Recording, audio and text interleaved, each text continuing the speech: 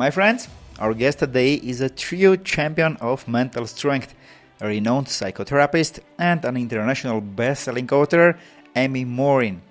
Her books on mental strength have sold more than 1 million copies and been translated into more than 40 languages. And her TED Talk, The Secret of Becoming Mentally Strong, stands as one of the most popular talks of all the time with over 22 million views. As I delved into her bestseller, 13 Things Mentally Strong People Don't Do, I found lots of parallels with chess and what mentally strong chess players don't do as well. Naturally, my obvious next move was to invite her to ChessMood podcast and learn more about mental strength. Amy, thank you very much for having time and coming to ChessMood podcast. Absolutely. Thank you so much for having me.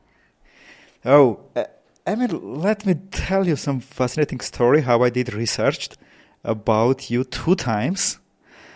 I will be super honest how I didn't like and then liked, and also I will tell the listeners how we met first. Okay.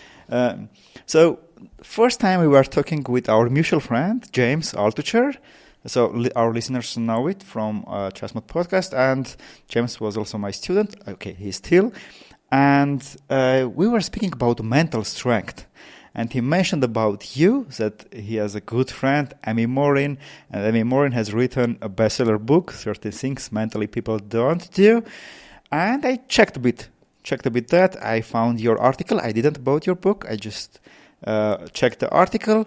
I read that 30 things, made lots of sense. And clear. But I didn't buy your book because personally, I'm not fan of the books that were created after the articles, when the publishers are saying, yeah, your article did very well, let's expand. And what I found that many authors are artificially expanding the books. So I didn't take your book. Even James was saying I should read, I will love it, I will take ideas for my articles, etc., etc. But I didn't. And then, once during the sessions with James, dear listeners, it was me and James was having a psychological issue, and the first time in my coaching career, I didn't know what's the answer of this thing. So I said, James, I resign. I have seen so many things. I'm not bad with this psychology. It was one of my strengths, but I need help. Can we invite someone to our call? And James called Amy, dear listeners. Amy came, she asked questions to James, and just through her questions, she didn't give any answer. She was just asking questions, and I was like, wow, she's a grandmaster at this. She really knows. And then after you spent the 10 ideas that James can do, I went back to research. About you, Amy. Then I found through what you have gone at your younger ages, how when you felt everything is great in your life, how you suddenly lost your mother, then you recovered, and then you lost your husband. I was like, wow, she has really gone through this everything. So she didn't just write the book because she is a psychiatrist, so this is good for her business, but she has gone through that. And this is one of my advice for chess lovers: always learn from someone who have done it, or they have helped others to do that. It's like, wow, Amy has done this everything through. He has gone. He's a psychiatrist and she is good. I need to read her book. And to my surprise, when I went through your book, the book that is background to me, which you sent me the copy, the 13 Things Mental People Don't Do, I found that it's not artificially expanded, which I was skeptical about, and I found so many interesting stories. One I even told to my team. Maybe we'll get to that. The bus story, when the bus is hitting the kid and the family is trying to help, and then the guy is saying, how did you beat the bus? That was like, wow. So you have done lots of research and you put so much there. So I'm very excited to talk about many things, Amy. And when I was preparing for the interview, I also made the list of what 13 things mentally strong chess players don't do. I was like, okay, I have read Amy's. I don't remember exactly what were her list. Just let me put my list, 30 things together, and see what overlap there will be with Amy's. And there were lots of overlap. A few of the issues chess players do most than other things. And the first thing I wrote, and because I think I see so many people are doing it, it's excuses. They have so many excuses, especially people who are not born in the USA, in the Europe. They are born in a country like mine, Armenia, that have economically difficulties, or they are born somewhere that it's not very easy to afford having a coach, afford buying books, so it's not easy. And this is something that many people are just, I don't care, and they are going through that. But many are just, okay, this is excuse, I don't have this, I don't have that, and stop. So tell me please why it's so easy to trick ourselves, why some people are going through that, and some people are just excuse, staying there, why it happens, and what's the solution? So when it comes to our personal responsibility, it's like a spectrum, right? Sometimes people take too much personal responsibility and they'll say, it's all my fault. Maybe a little bit of it's your fault, but not the whole thing. But on the other side, you have people that are like, nothing is my fault. I can't help it. And so they make a lot of excuses to say it's the economy, it's the laws, it's the rules, it's somebody else who did this to me. So we want to figure out, how do you make sure that you're accepting enough personal responsibility without too much? And a good way to look at it, too, is to figure out what's the difference between an explanation and an excuse. And when you say, yeah, I'm going to have an explanation for perhaps why I didn't do as well today as I had hoped. Maybe I didn't go to sleep early enough. Maybe I didn't eat enough healthy food this week. Maybe I didn't get enough exercise. Those can be explanations where you say, and this is why it's still something I can fix or I can work on. An excuse is when you're like, it's not my fault. It rained all week and I didn't get outside and that's why I was struggling. You could still say, how do I get exercise anyway, even though it's raining? So I think it's really about taking a step back and saying, like, what's my personal responsibility? And if there was a challenge that I faced, like the weather, the economy, my financial situation, and what am I going to do about that? Because you can still take some kind of action rather than just sit back and say, there's nothing I can do about it.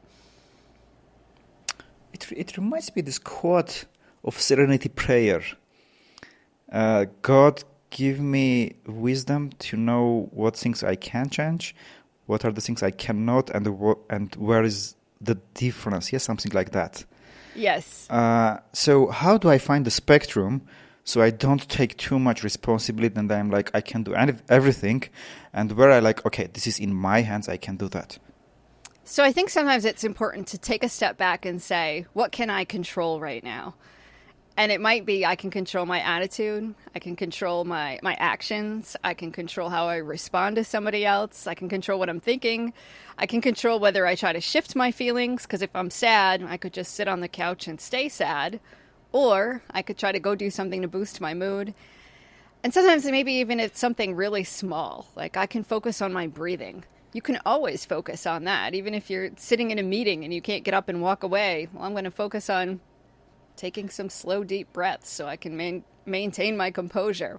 There's always something you can control. When you look at it that way, I think it really helps us to be like, all right, here's 6 things I can't control, but what can I control in this situation? And that takes away a lot of the ability to make excuses, because, all right, even though there is something I can't control the weather, I can still decide, what am I going to do about it? It reminded me, James Altucher's 1% improvement concept. Then when he was low, he was like, okay, I cannot just fix everything right now, but I can improve 1% every day, and if I do that, it will, with the time, it will happen something, yeah. And with taking responsibility, I'm watching lots of Tom Bilyeu's podcasts, and the one thing, it was the most important for me, he said, whatever happens, I always say, it's my bad. It's my responsibility. I try to look at the things this way. Sometimes at the end I will find that, no, I did everything is okay, but always try to see what I did, what I could do better. And he went so extreme and brought example. He said, like, even if somebody lies to me, I say it's my bad. It's my why that person was afraid to tell me the truth. What I could do differently so this person didn't lie. So I'm like, wow, that's a lots of responsibility you take. And I even have written an article, ostrich syndrome, when you put your head in the sound, and this happens with many grandmasters, many professional chess players, many amateurs as well. So we lose a game, we play chess, we lose a game, and instead of saying, I was not very well prepared for the game, I didn't eat very well, I didn't sleep very well, I was not focused, I was watching at the beautiful girl instead of focusing, we are trying to find some other things.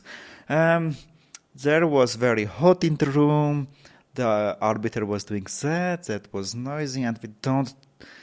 Is it our ego that doesn't want to take the responsibility, and so it wants to feel well? It is, because then when we say, well, it's not my fault, there's nothing I could do about it, then it means I don't have to work on anything either. So that protects my ego, because I feel good, like, whatever, I did my best, but I can't control everything. But also, I then don't have to work on anything, because I think, well, I can't control the temperature of the room, so rather than work on getting better when it's too hot, I'm just going to say, I can't function well when it's too hot, so it's not my fault. And then you don't have to put in extra work. Of course, then you don't get better either, but it gives us that out, sort of saying I have to work harder. Yeah. The other thing we do often, we chess players, we make a mistake and we start to do self-destructive talk. I'm stupid. Oh, how was people like me shouldn't play chess. I will never make this work. Why this happen and how to solve the issue? So this happens because sometimes we're just geared toward the negative, right? We want to make sure that we're on high alert for any kind of danger. Our brain's trying to protect us. But then when we get really critical, it affects our performance. In fact, I just did my own podcast episode about this, but there's an experiment you can do that will show you exactly how powerful your thoughts are.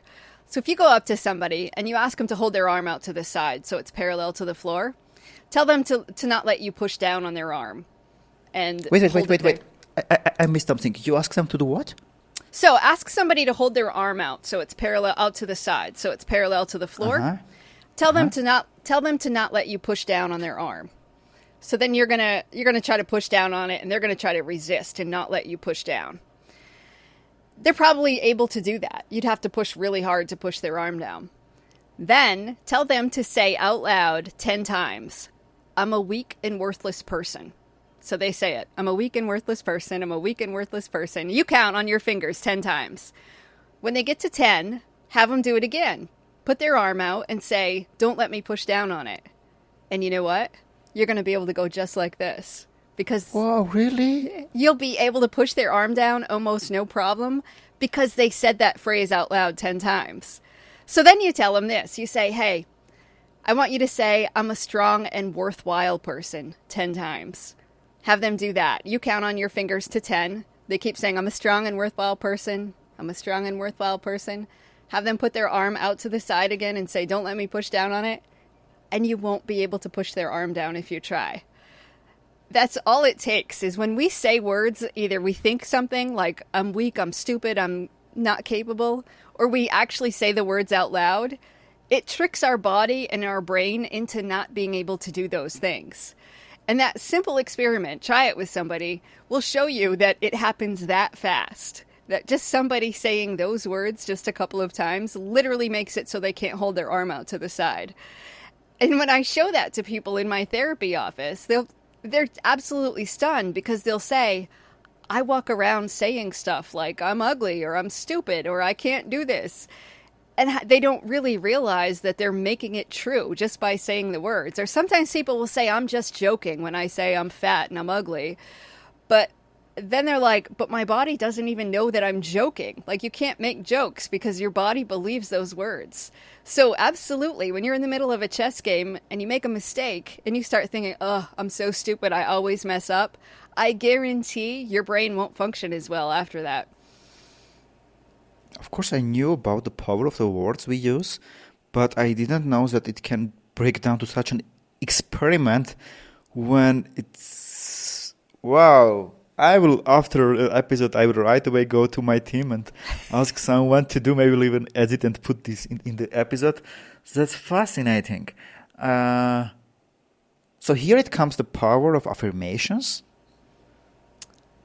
Right. And so if somebody can say, I'm going to come up with a couple of affirmations to say to myself, like, I'm strong and I'm capable, I'm smart and I'm good enough. You don't necessarily have to 100% believe those things, but if you say that, look in the mirror, say it out loud 10 times in the morning, say it 10 times before you go to bed, it's an extremely powerful thing. The trick is, though, you want to make sure that your affirmations aren't completely far-fetched.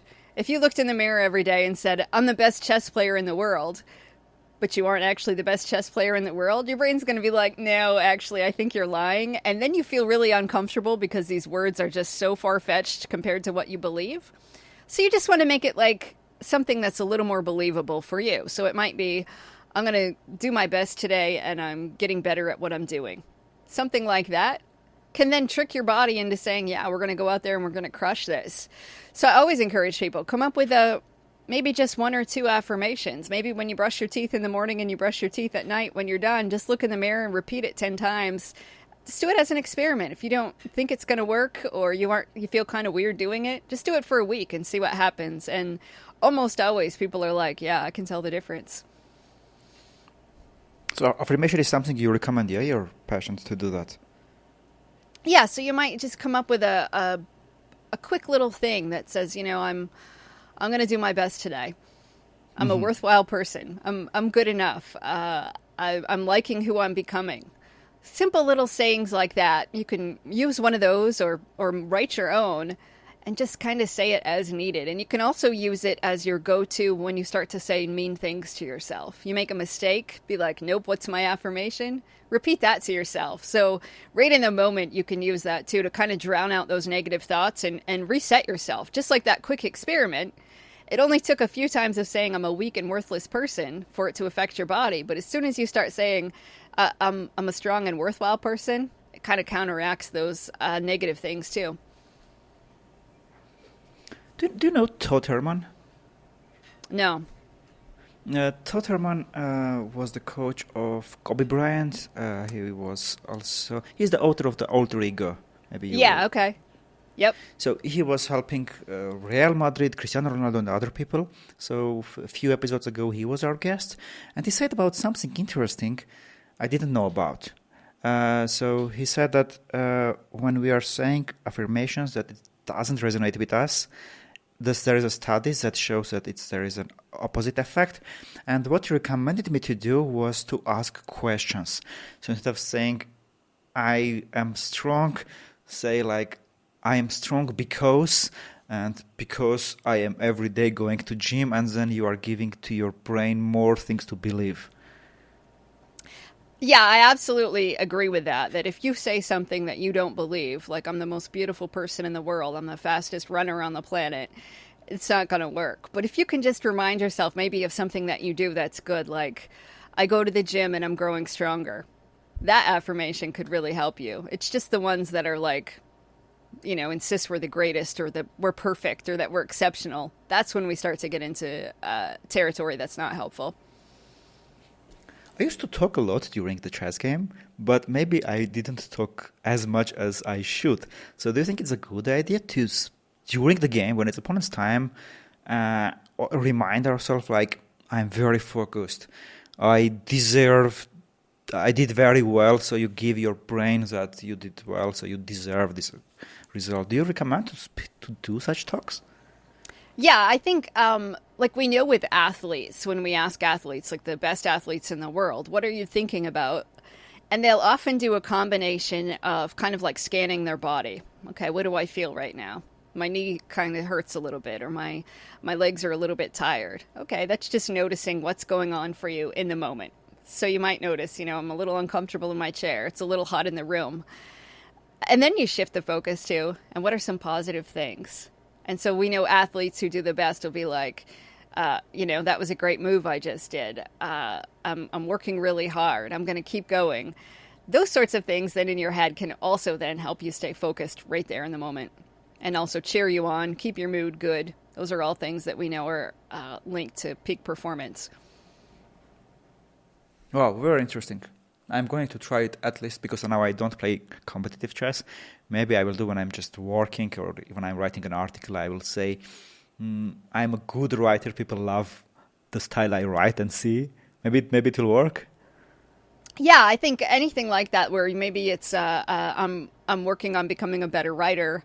I'm going to put something out into the world that's really helpful to people. I'm going to create content that is based on amazing things I'm learning. All of those kinds of sentences I think could really help. Okay, so affirmation next to the topic, it's visualization. So very quickly, I want to jump there. Do you also recommend visualization? I guess, right? I do, but not in the way some people. You're right. Not in the way some people recommend it. So some people will say, visualize yourself winning, right?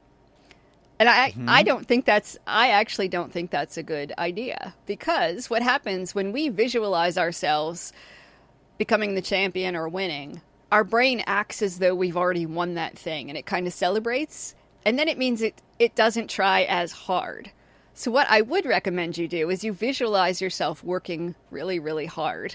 It's not as fun to visualize that because we don't get that instant boost in our mood, but it reminds you, like, this is going to be a difficult game. So in a chess match, I would imagine you're going to visualize yourself concentrating, staying focused, working really hard, not just winning the match at the end. Instead, visualize yourself working hard, and that can give you more motivation during the game. Well, that's so interesting because often I have heard exactly opposite, which you don't recommend, that you visualize something that you already have, and it was kind of one of the laws of affirmations, right? That you visualize, you don't think I will have, but I have it. Right. So that's very interesting. That because myself, during my professional career, I use that way. So I would imagine that I'm already winning the game. I would imagine visualize the moment when my opponent resigns. I would visualize the moment when I am becoming the champion and they are applauding me. And then I would usually play better. So I have tried that worked for me. And I never tried the other way, which is not boosting your mood as much immediately as that one. So this was something very new to me, which I needed to experiment. There's research behind it. So are you familiar with vision boards? People that have a vision board on their wall? Yes. So we know from the research, when you post something on your vision board, you're actually less likely to make that thing happen. Wow, really? Because I saw it exactly the opposite from the Secret movie, from from where it came. Right. So what happens is, people will sometimes be like, I'd like this red sports car. So you put that on your vision board. Well, guess what? Your brain acts as though you've already have that red sports car, and you put less energy into doing the things you need to do to earn that red sports car. So I always tell people, I'm not against vision boards, but don't put the final prize on the vision board. If you want to run a marathon, take a picture of yourself working really hard, or you're all sweaty, you're running. Put that on your vision board, because your vision is, I'm going to work really hard. Don't put a picture of somebody winning a marathon or having a blue ribbon at the end. You want to make it that your vision is, I can work really hard. And then when that's your vision, it can actually boost your motivation and help you stay the course. But it's when we put all of those things out there and we're visualizing the happy ending that we actually make it less likely that we're going to make those good things happen. So is it similar, like often instead of just writing the goals, it's a good idea to just put what kind of person I should be to make that goals, and then work on that kind of person that it should be to make the goals? Yeah, so I'll tell people it's healthy to act like the person you want to become. So somebody will come in my therapy office and say, I need you to give me more confidence so I can go back to college. We're not going to sit and talk about things that will suddenly make the person confident, but we'll say, a confident person would go to college, so let's sign you up for classes. And when you go to college and you start acting like you felt confident, sometimes then the feelings come later. You change your behavior first, and often the feelings will follow. Wow, so you are blowing my mind and all my knowledges. Let me ask you one more thing. Maybe I have done this for a year already wrongly. So I wrote down kind of person I should be, and what are the things I want to work on. And I called, like, my second nickname is Billy. So I called that person I want to become, I called him Billy the Great. And I even ordered a bracelet. Now it's not with me, so I put on. I would always have on my hand Billy the Great, the bracelet, which would at least stop me from doing my bad habits, self-destructive things, things like that. So is it a bad idea to have such bracelet when it's already a future bad self and I'm imagining it's with me, or it's okay? No, I think it's okay, because then you're asking yourself in the moment, like, what would Billy the Great do, right? And then you can act like that. What wouldn't be helpful is if you said, I want to be like this person, and I'm not. So now I'm mad at myself and I beat myself up for not being good enough. That's when it would be a bad idea. But if you can say, and I do this sometimes with mental strength, is I'll tell people, just ask yourself, like, what would a mentally strong person do in this situation? And then it becomes easier to be like, oh, all right, they'd speak up, or they'd walk away, or they'd keep working even though they're tired. And then you say, all right, well, then how do you act like that, like you felt mentally strong right now? So I think in your case, if you have this bracelet and it reminds you of, all right, what would Billy the Great do right now? And then you do that thing, it's absolutely helpful. Okay, good. At least one thing I'm doing correctly. Okay, the next thing that I used to work on myself, sometimes struggle, and I think it's everyone struggles, are habits. So it's like very, very big topic. How to get rid of bad habits, how to build good habits. And I feel this is one of the most important things we can do with ourselves. Do I think correctly?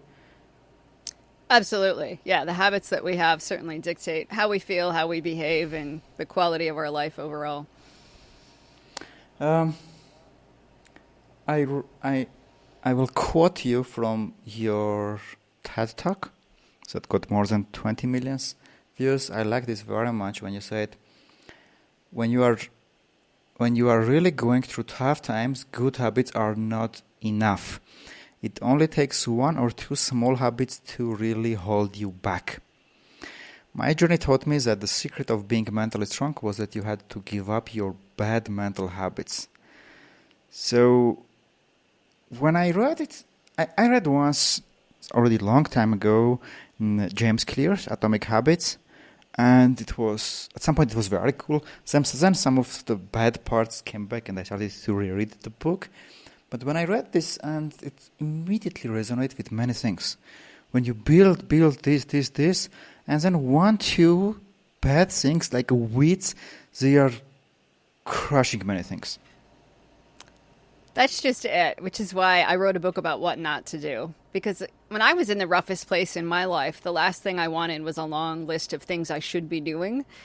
And I knew I already had some good habits, but as a therapist, I learned this too. Like, it just takes 1 or 2 bad habits for people to get stuck in life. And we could work harder and say, I'm going to keep trying to build more good habits. But why wouldn't you just get rid of like the one counterproductive bad habit?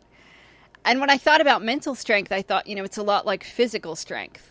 If I wanted to become physically strong, you go to the gym and you work out. But what if I just kept eating junk food all the time? Like, I wouldn't make nearly as much progress. If I really want to skyrocket my progress, I got to get rid of the junk food too.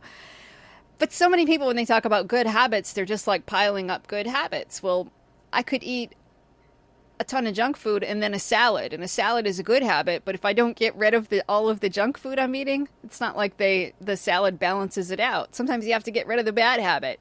So people would come into my therapy office and say, I practice gratitude. Once a day, I write in a gratitude journal because I want to be grateful. Like, well, that takes like 10 minutes of your day, and you spend 23 hours a day complaining and talking about how much you feel sorry for yourself and dwelling on all this negativity. That 10 minutes a day that you write in a gratitude journal doesn't outweigh all of that. Let's figure out, how do we get rid of all this other negativity during the day? Okay, and how do you get rid of that things, even if you understand that it's a bad habit, but you still keeping doing? For example, in chess, people are playing bullet chess. So it's like you are playing a very fast time control chess when you don't need to think. You have just 1 minute for the whole game. So imagine what kind of chess it will be. 1 minute for the whole game. So you just play for fun, but you don't really learn. It's addictive because it's fun, but it's not helping with progress. I have written an article. I have talked to people, explained deeply how it's bad, talked about habits, but there are people who are still struggling with not playing. They are still coming back, and still, is it like they want dopamine boost? They can, like, how to permanently stop that habit? So if it was just an educational issue, like we wouldn't do bad habits. People smoke cigarettes, but they know smoking is really bad for them. Mm-hmm. So we tell them again, like, oh, that's bad for you, as if that's gonna be a moment where they're gonna say, oh, you're right, I should quit. It's not about that. Yeah. So when we tell somebody this is bad for you, they often start thinking about all of the reasons why they still want to do it. So if we used cigarettes as an example, if you smoked and I said to you, that's really bad for your health and you might get cancer, your brain is going to think of all the reasons why you love smoking cigarettes. It's going to be like, well, this relieves my stress and it's actually not that bad for me. And it reinforces to you that smoking is a good thing because suddenly you're thinking of 101 reasons why smoking is a good idea. So when you tell people this is bad for you, they're thinking of all the reasons why they still love it. So what you'd want to do is have people come up with their own list of reasons why it's a bad idea. So if you asked one of your players, give me 5 reasons why doing this isn't good for you, and they would then say, all right, number 1, blah, blah, blah, number 2, and they come up with their own list, they're much more likely to then talk themselves out of it.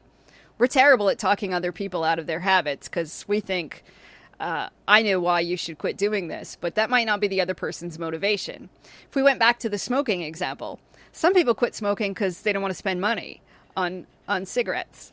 Mm-hmm. Women often quit smoking because it causes wrinkles. They're not that scared about skin cancer, but they don't want to get wrinkles in their face. But we think everybody should quit smoking just because it's bad for your lungs, but that's not really the real reason why people quit. So for you, if you want some of your chess players to change their habits, ask them to come up with a list. 5 reasons why I shouldn't do this anymore. And if they come up with their own list, they're much more likely to stop doing it. The other thing would be to say 5 things I would gain by not doing this thing anymore. Mm-hmm. And then when people are like, I would be happier because of this, or I would learn new skill, whatever it is. But if people come up with their own list, they're much more likely to talk themselves into changing their own habits.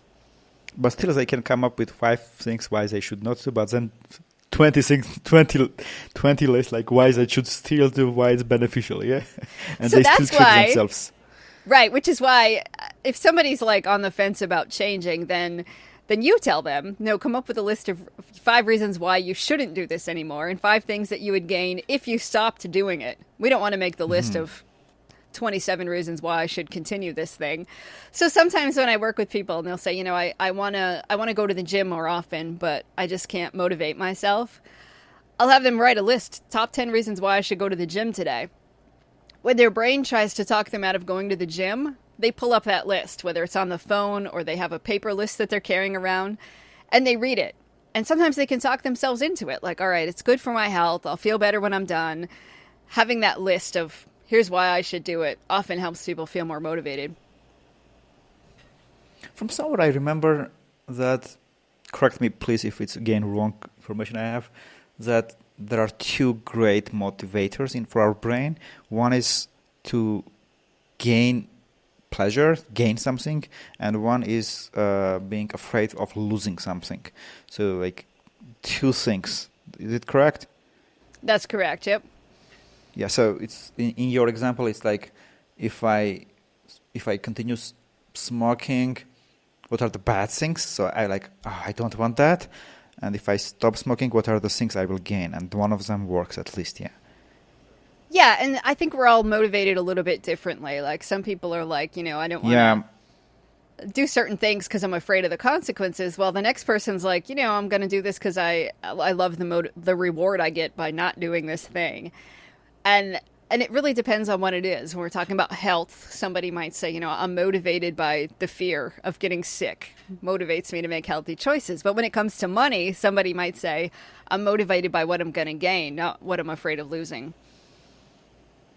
So also one person can have two motivators, both. Yeah, I remember myself that I was not very hard-working guy at my childhood, and I was 15 when I started to really work on chess, and I started to do it because of fear.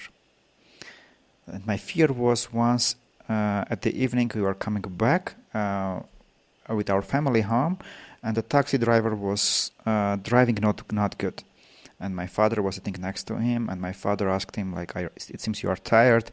And the taxi driver said, yes, it's been already 16 hours I am driving. But soon this is my last ride, then I go and sleep 4 hours, and then I drive again. My father was, you sleep just 4 hours? And he said, yes. My father asked, how many days a week? And this person said, 7 days a week. Oh. That was the moment. That was the moment that changed many things in my life. I was like most kids, yes, I like play games, blah. I was not realizing what will happen with me after 10 years. But that moment I got chills. It was so scary that if I don't if I don't become a chess player, if I don't become a grandmaster, if I don't become good at my profession, I don't want to have such life. This was the moment that changed me. But also during my professional career, often it was not fear, but okay, I want this because, for example, I wanted to become a grandmaster in 1 year when I was 18 because I wanted to help my sister with her education. So that was already not fear, but gain. So it was two. But what I found with students, very often they have, one of them dominates. So for someone you might say, if you work hard, you will become a world champion. It will not work for them. But if you say, if you don't work, you will go and start cleaning things when you are 30, and they're like, no, okay, I play. So it's interesting that it's still both can be working. Yeah, and I think sometimes there's a combination, right? Somebody will say, I'd like to be successful because I don't want to end up really struggling in life. But also, there are benefits to being really successful that I'm going to be able to enjoy. Like in your case, you get to pay for your sister's education, right? So like that's a huge motivator, I would think. But there also then might have been that fear. If I don't pay for my sister's education, what's going to happen to her, right? True, exactly, yeah. I didn't so that way. For me, it was just, if I make this, but I didn't think, if I don't do, then she will go and become she will choose a profession she doesn't like, so she will not like your life. It was true, exactly. So is it also will be very good idea to, before starting something, to write next to it lots of answers to many questions. For example, I want to become a grandmaster, for example, is someone goal, and they write down, what if I don't become a grandmaster, and then 10 answers. If I become a grandmaster, this answer. And then ask different questions, write things, and then keep it going with tough moments. I think writing is a wonderful tool. Like it gets it out of your head and it makes sense of things. So we have a lot of thoughts that are repetitive over and over again. All of us do. We supposedly have something like 60,000 thoughts a day. Most of them are like the exact same thoughts you had yesterday, and they just swirl around in your head. When we start writing things down, things get clearer, it makes more sense to us, and your brain doesn't keep repeating those things as much, which kind of declutters your brain and gives you more room to think about things. And there's something about seeing something on a piece of paper or maybe on your computer screen if you type that just helps you be like, okay, this is a goal. Now that it's written down, it feels like this is something I really want to work on. And then you can figure out, what do I want to focus on? What is motivating me? It just really helps us make more sense of things. So yes, I think we should be writing more things down. So it's more bringing from unconscious mind to the conscious mind with writing? Yeah, I think a lot of it is that, because maybe somebody's sitting around just thinking about like, oh no, what if my sister doesn't go to college? What if my family isn't taken care of? Really, the solution to that might be, I'm going to work hard to help my family. But until you get that kind of written down and figured out on a piece of paper, sometimes it's hard to figure out, why do I keep repeating these thoughts? Like, what's going on?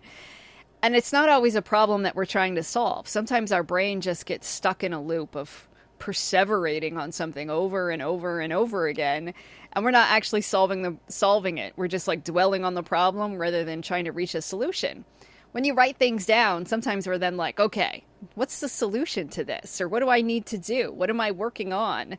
And it just really helps get things a little more organized.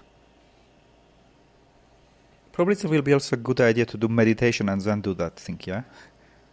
Yeah, I think so. I think a meditation, because it calms our brains, calms our bodies, helps us get in a better state anyway, and it's a wonderful thing to practice.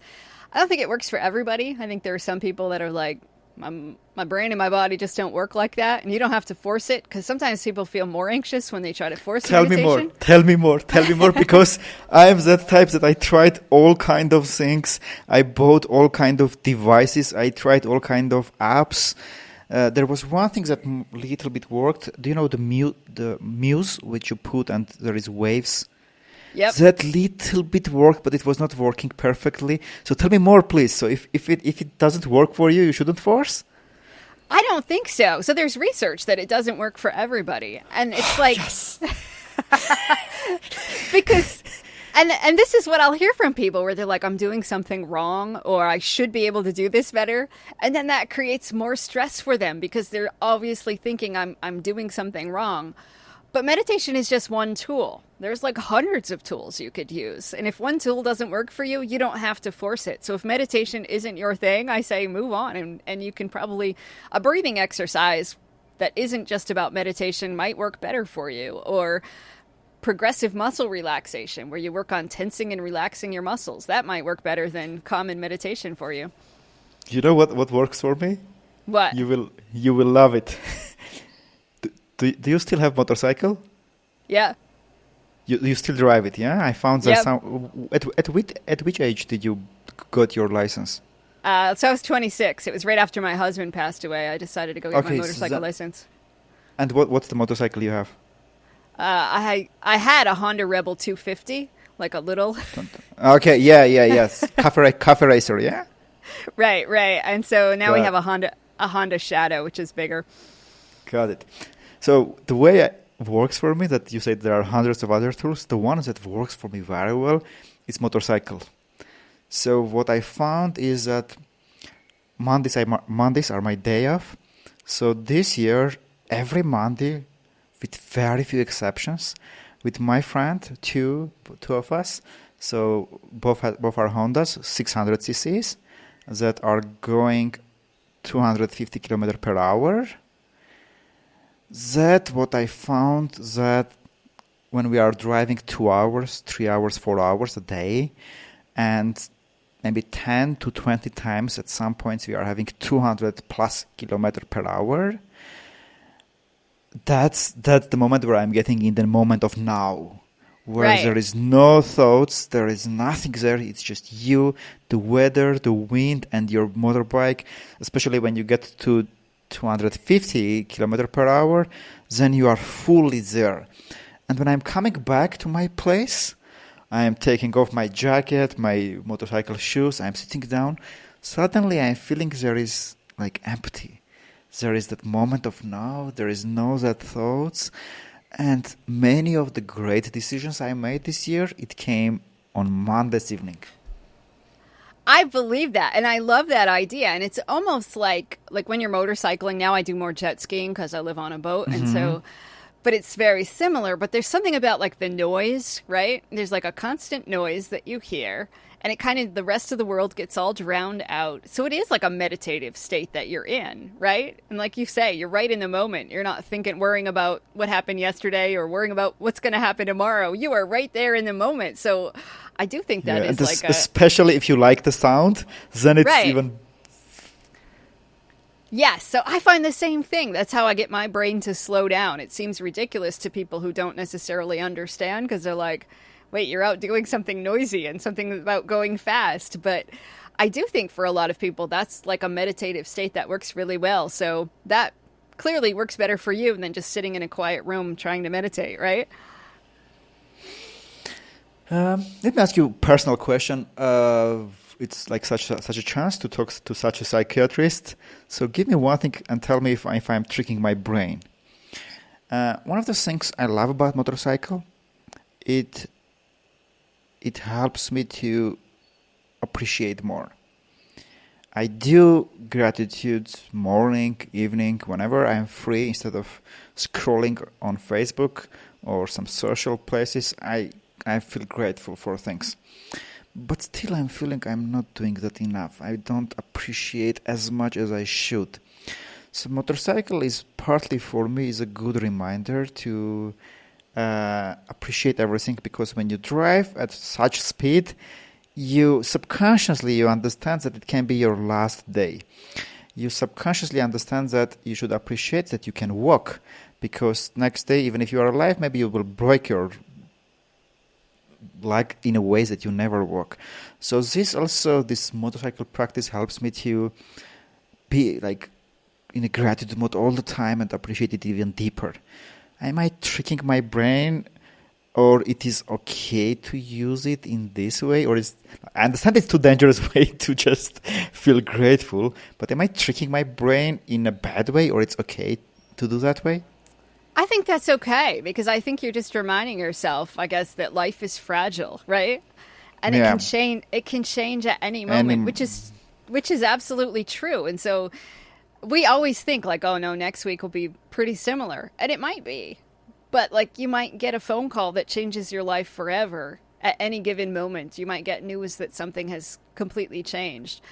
So I think that's important. And, you know, I don't recommend everybody go drive a motorcycle at really high speeds to remind themselves. But if that's something you love to do and that helps you remember that like life is worth living while you can, and to do the things that you love, right? And to not take any of it for granted, I think that's wonderful. Okay, good. Thank you for approval. So when my parents will say like, "Oh, stop it," I will show this video and say, "I'm Morin approved." Yes. Cool. I mean, another thing I notice a lot of people are doing, it's very hidden.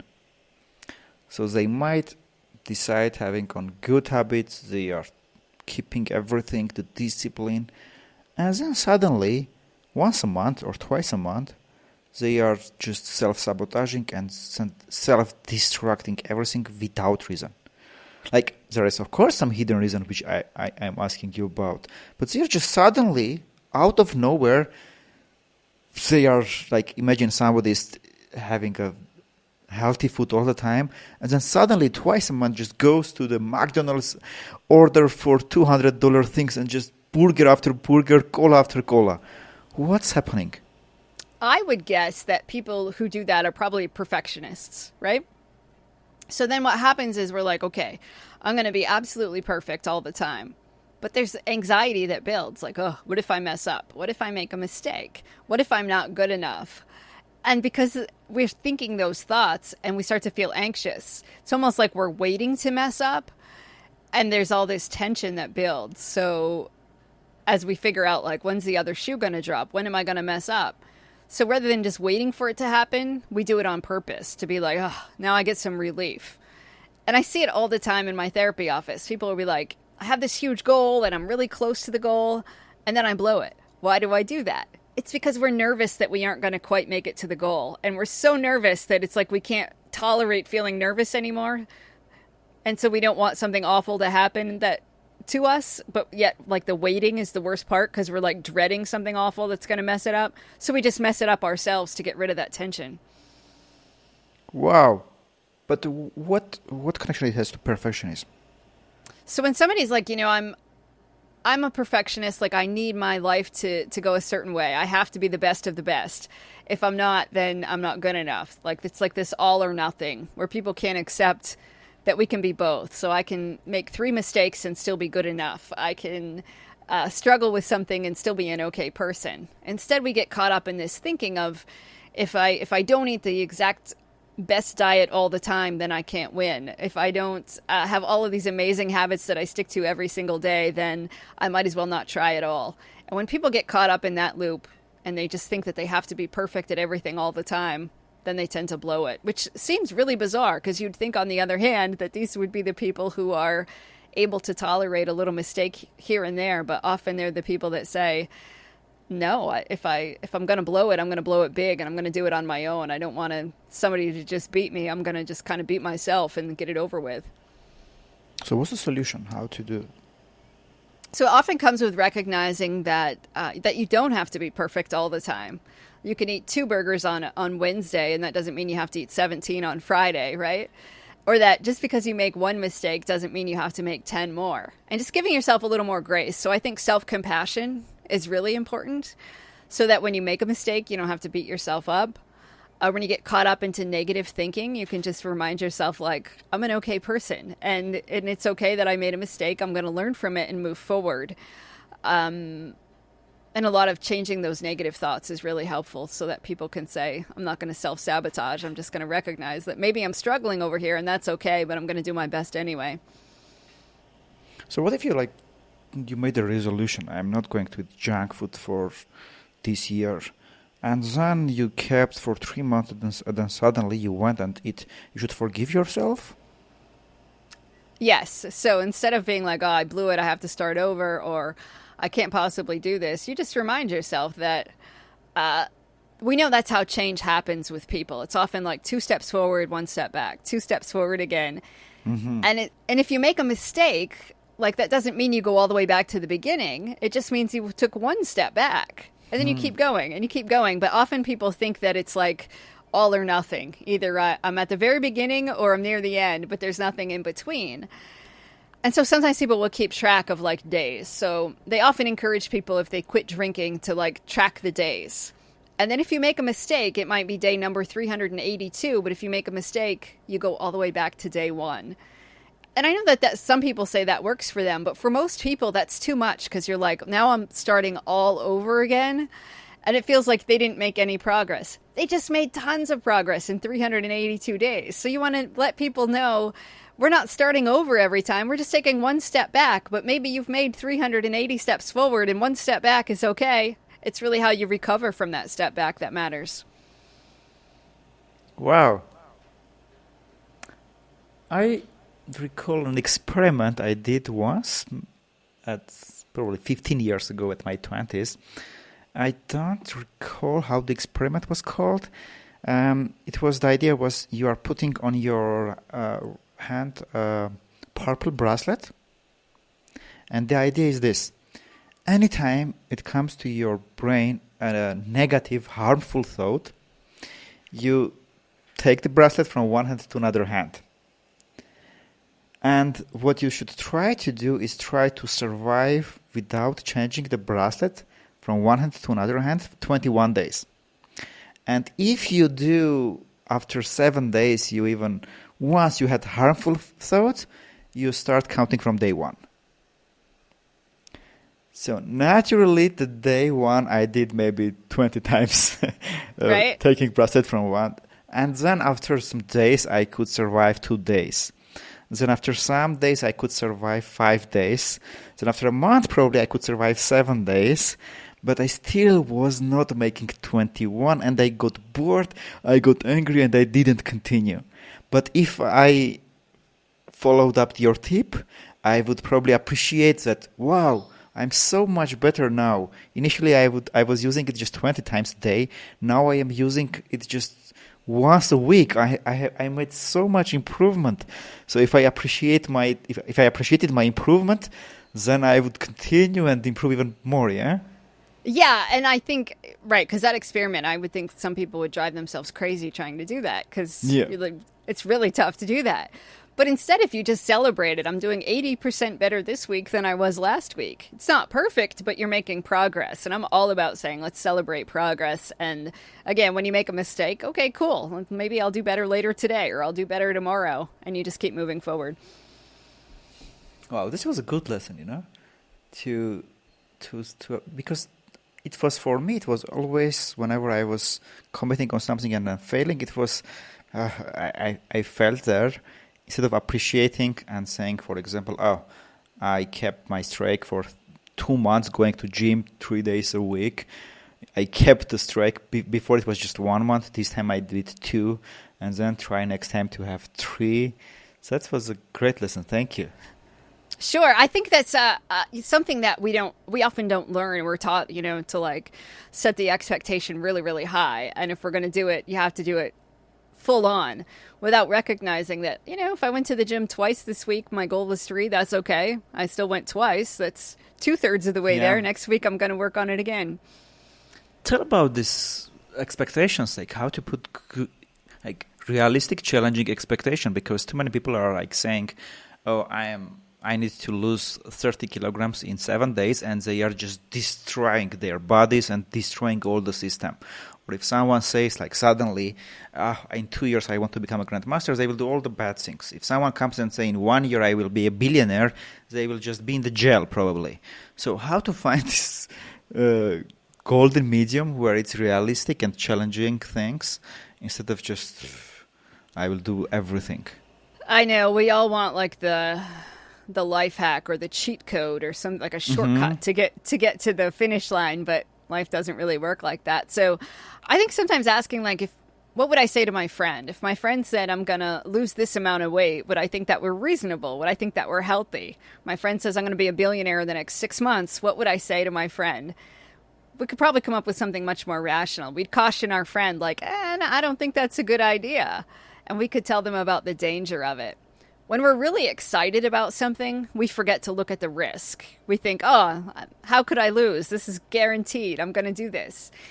And then when the excitement wears off, sometimes we're like, why did I think that? That was a bad decision. So I think to pay attention to the emotions that you have. Like when we're anxious about something, we only think about the downside. But when we're excited about something, we only think about the good side. And you want more of a balanced view. So you might say, what would I say to my friend who said that they were going to accomplish this? And what would perhaps be a more reasonable way to look at it? And then you kind of check yourself. So somebody who says, I'm going to go to the gym 4 hours a day, every single day, after 2 weeks is going to have a good idea of, is this actually reasonable? No, maybe I can go 30 minutes every other day. So you reset the expectation. It's okay to adjust your goals as you go on when you figure out this isn't sustainable.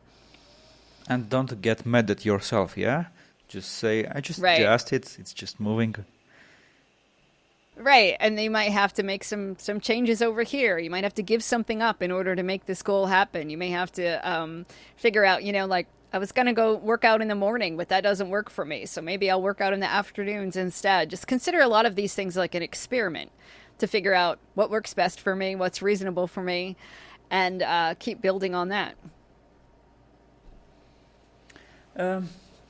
About this, when you said that you can talk to the friends, let me ask you this question. Do you agree that sometimes with helping someone, we can actually damage them? Yes, I think there are definitely times when that comes into play. Once I was in a tournament and I was playing horribly bad, very bad.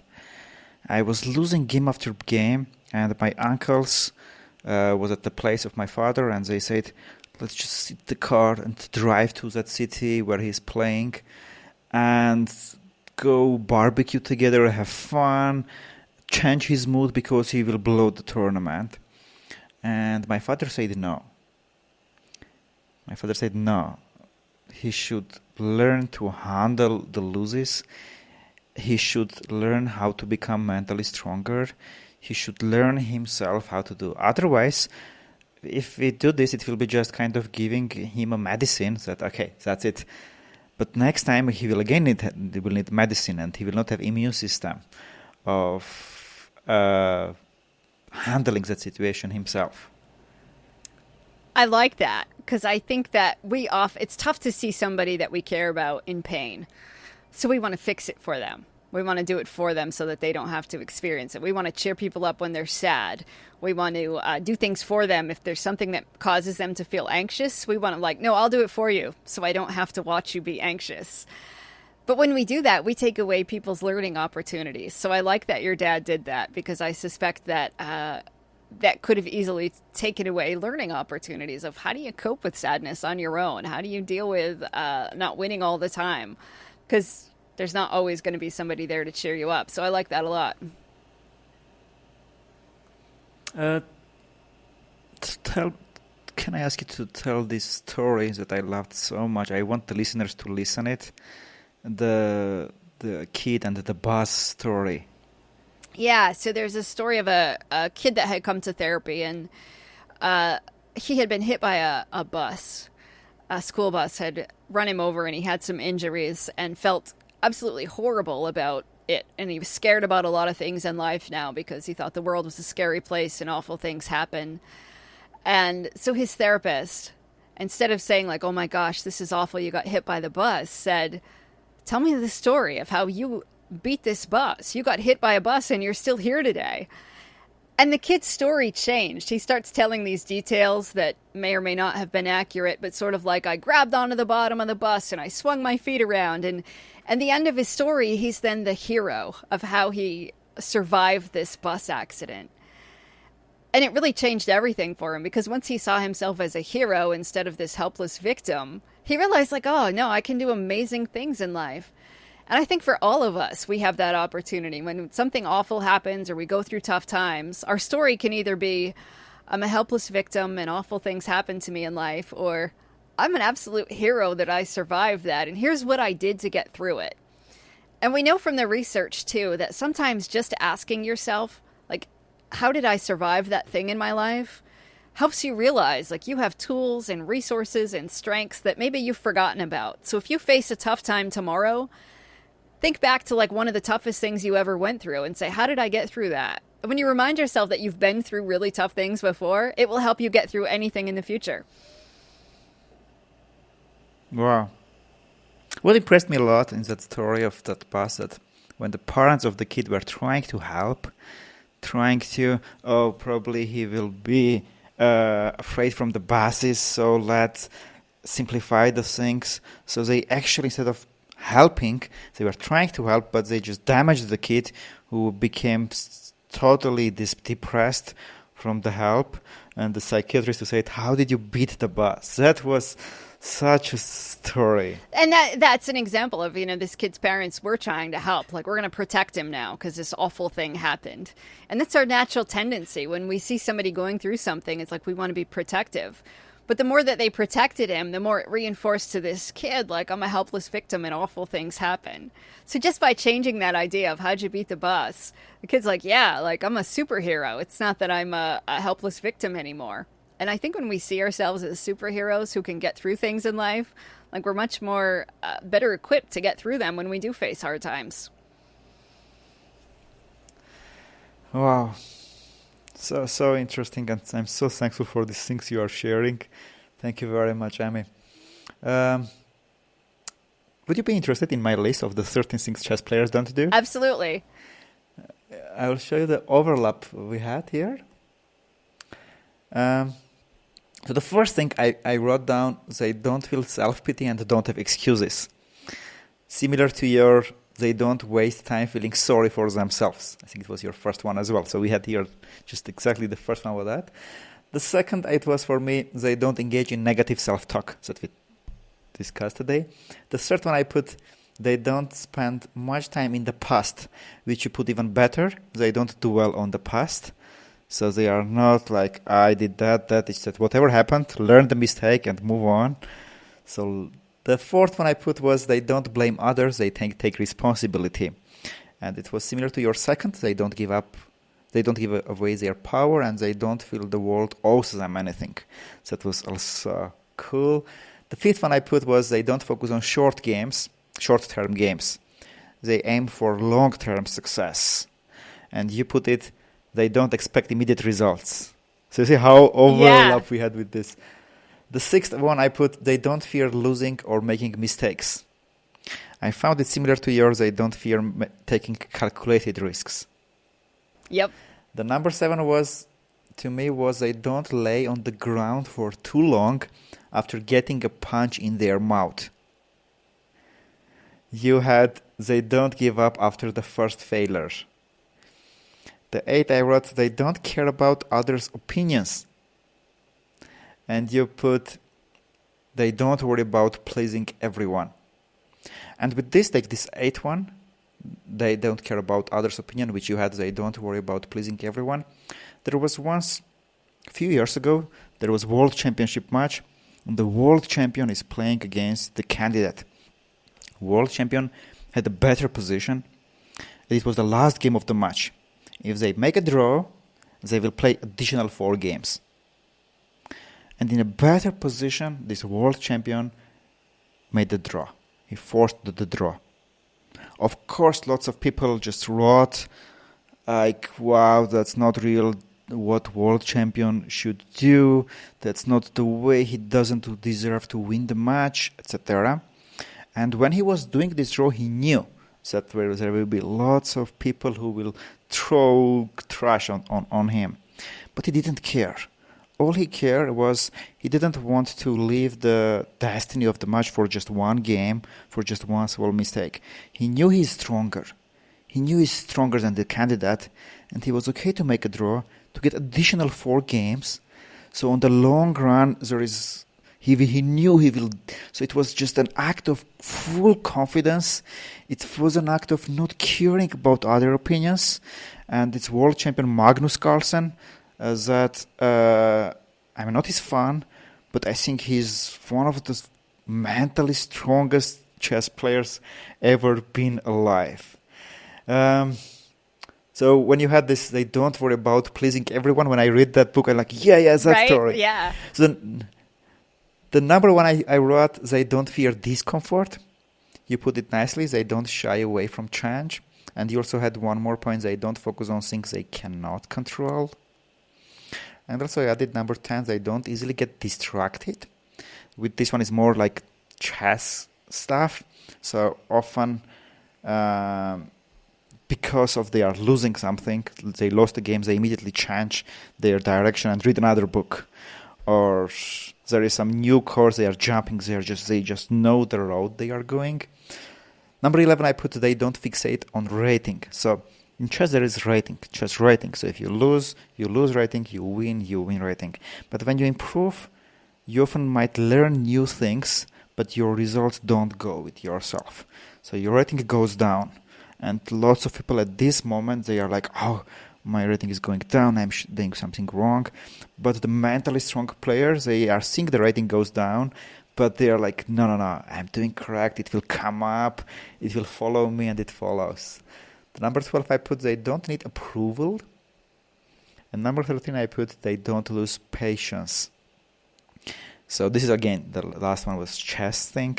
So you play a fighting game with a strong opponent, and it's like tensions there. You have the patience just to go with it, and you just like, you don't crush it. So what do you think about my 13? Should I write an article and connect it to your book? I absolutely think so. I'm fascinated that we had so many similar things on our list. That's great. Wow, and the workbooks that you sent me that I didn't know exists, so I will take it from backward for me. So if you are, dear listeners, if you are watching it on YouTube and you are not listening, you can see this book. 13 Things Mentally Strong People Don't Do Workbook. I listed it. It was incredible. So I am counting myself kind of more or less mentally strong person. But I felt that in this new year, in 2024, I'm going through it mainly because of the questions you had there. Oh, good. You didn't put there, but you had lots of questions that it was opening. So I remember the first when I was scrolling, I was going through the book, the first thing, how it started, you asked, what mentally strength means for you? I put in my words, so you had something like that, and like, yeah, like let me think, like exactly, if I want to become mentally stronger, what is that? So I'm going to try this in 2024, even when I'm thinking I'm mentally strong, and I will kind of use your therapy and I will cheat without paying you. I will use your workbook. And then let me know how it's going for you. I'd like the report on. Yes, we'll do that. Perfect. Amy, thank you very, very much for, first of all, not giving up on yourself when you legitimately could. And no one would say, she is weak. They were like, yes, she lived that. But you didn't give up, and you went so far, and now you have sold millions of copies, helping millions of people. You are helping me. You are helping all our listeners who are listening it, and so many people. Thank you very much for everything. And my last question is this. I think it will be from the heart of our listeners. You have gone through that difficulties, and now all of us can see a very vibrant woman with energy. Do you have any particular things that you are doing every day, like morning things, evening that? Do you have any that people like to know, 3 secrets what you do? Like, do you have a list that you do and it keeps your energy such warm? So I definitely practice gratitude for sure, because I do think gratitude is a superpower. So work on finding the things that I'm grateful for. I also work... You do it morning and evening? Yeah, morning and evening. Always like, what am I looking forward to today, and what are some amazing things that happened today? Find that to be really helpful to keep me focused on the positive. Another thing is to challenge myself every day, because I struggle with negative thinking as well. So I like to do things I don't think I can do, and then deal with what happens when it doesn't go as well as I had hoped. So for me, I like to run as fast as I can every day, and I just check the time. I run a mile. Check the time to see if I'm running faster than I did yesterday. That's always my goal. But you live on the sailboat, right? I do. I go on land and run the mile as fast as I can. And then you go sit back, and then you go back. They go back on the boat. Wow. And I find, because what happens is, as I'm running a mile as fast as I can, my brain will always tell me, like, you can't keep up this pace. You can't do this. You're too tired. Give yourself a break. And I get to challenge all of those negative thoughts. And so I absolutely love that. And so I get to challenge the things my brain doesn't think I can do. And some days I don't do it. Some days I listen to my brain and I slow down. But I have plenty of other days where I'm like, no, I keep going. Or my brain tells me to slow down. I'm like, actually, now I'm going to run twice as fast. Take this. Just as a way to remind myself that my brain lies to me sometimes. So I find that to be super helpful. And I think a third thing that I would do every day is just reminding myself, like, how far I've come, the difficult things that I've been through, and the really cool things I get to do. And that keeps me excited about life. Is like, life is amazing. And even though it's been tough sometimes, there's also some pretty cool things that happen too. So, congratulations and rewarding yourself, warming up, cheering up yourself. It's already a few times you mentioned this. This is probably I'm not doing enough to always cheering up. Like, so the gratitude is challenging, and the third one you said you are remembering how far you have gone, yeah? Yeah. Wow, cool. Thank you, Amy. Thank you. You're for welcome. Everything. Thank you so much for having me. It's been a great conversation. I will do 1 year with this workbook, and I will ask you to come back, and then we discuss new questions. That'll be fun. Thank you. Thank you, Amy. Champions, in one of her videos, Amy concluded with 3 powerful questions, and I couldn't think of a better way to wrap up today's episode than to leave you with those 3 questions. She said, I invite you to consider: what bad mental habits are holding you back? Second, what unhealthy beliefs are keeping you from being as mentally strong as you could be? And third, what is one small step that you could take today? Now, these are questions, I know, so take some time to reflect, and I will see you in the next episode, my friend.